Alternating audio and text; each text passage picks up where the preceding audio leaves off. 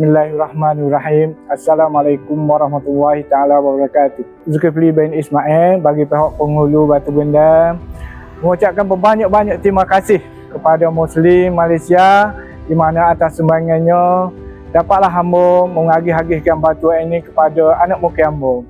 Jadi hamba mengharapkan pihak Muslim Malaysia sentiasalah memberi sumbangan kepada anak muka hamba dan lain-lainnya. InsyaAllah.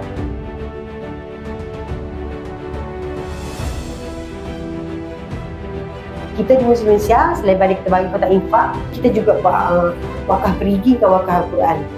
Jadi kalau mak-mak biasa buka Facebook, type je wakaf perigi, wakaf Al-Quran Muslim Malaysia, memang ada.